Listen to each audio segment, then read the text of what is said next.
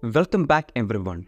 Venom was the first of Sony's Spider-Man spin-off films and the first to establish the not-so-proud legacy of Sony's Spider-Man universe franchise. Despite its rocky start, the Venom franchise managed to win over many viewers, largely due to the performance of Tom Hardy as both Eddie Brook and Venom. The sequel, Venom Let There Be Carnage, got shaken up by the pandemic, but doubled down on the unhinged fun of symbiotic buddy comedy with the addition of Woody Harrelson's Carnage.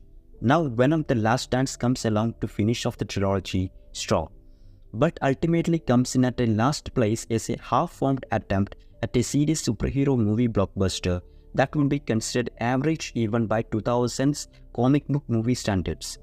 Venom The Last Dance begins the way so many promising movies do, with the villain explaining what his deal is in opening monologue that was clearly added in because of either test audiences or studio executives found him too confusing.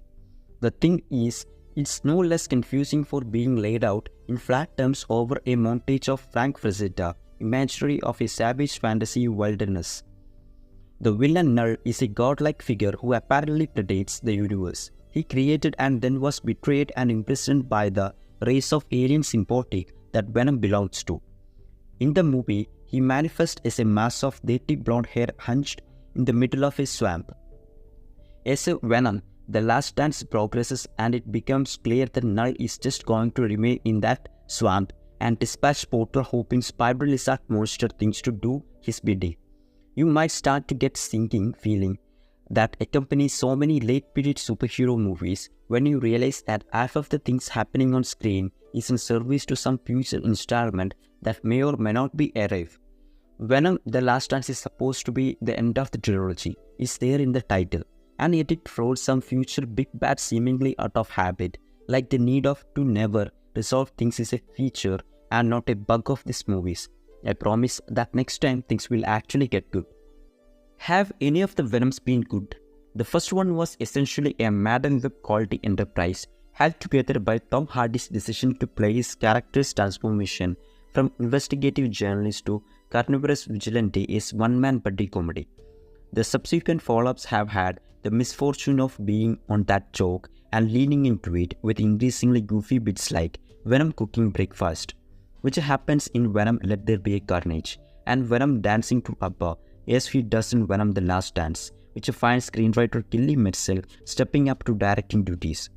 Hardy has remained a compelling throughout and spends most of this new movie hangover in cargo shorts and Hawaiian shirt, getting yanked from location to location while looking like he's about to hurl.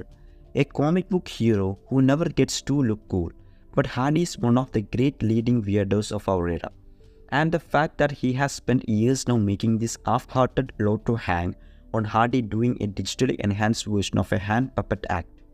There's a certain point at which you have to wonder if, instead of applauding his ability to sneak a subversively odd performance into a franchisee product, he and everyone else involved wouldn't be get reserved just making a movie that's daring to begin with. The story of Venom The Last Dance sees Eddie Brook and Venom snatched back to their native reality after a brief hopover to the Marvel Cinematic Universe. Eddie returns to his ability to find that battle with Carnage in San Francisco has made him a fugitive. Eddie thinks that relocating to New York will be the fresh start he needs, and begin his journey there. Unfortunately, Eddie is unaware of that Knull, god of the symbiotic, is away and searching for the Cortex, a powerful artifact created when symbiotic and host fuse their life force. Naturally, Eddie and Venom are the holders of the Cortex, so Knull sends some symbiotic beast out across the universe to retrieve it.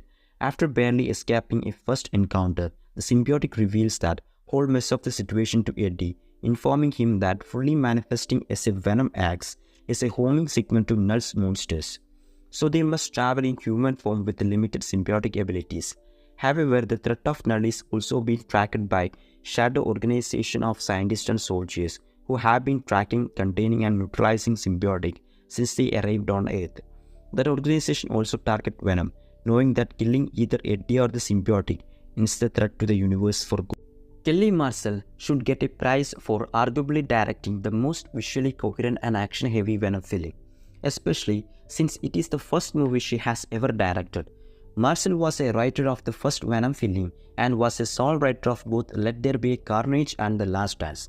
So she clearly has some creative authority and love for this version of the character.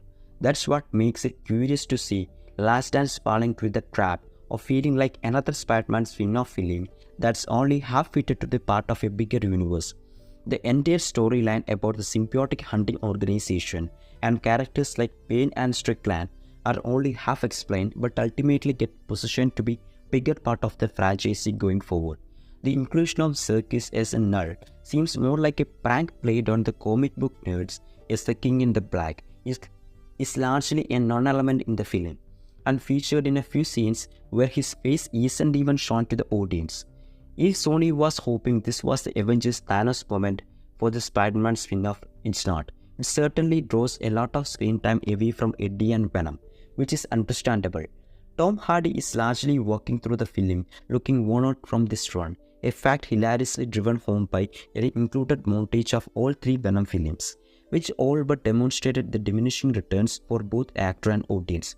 In the few moments where Hardy does once again muster the chaotic rom-com energy of Eddie and Venom, we get reminded of what this series achieved.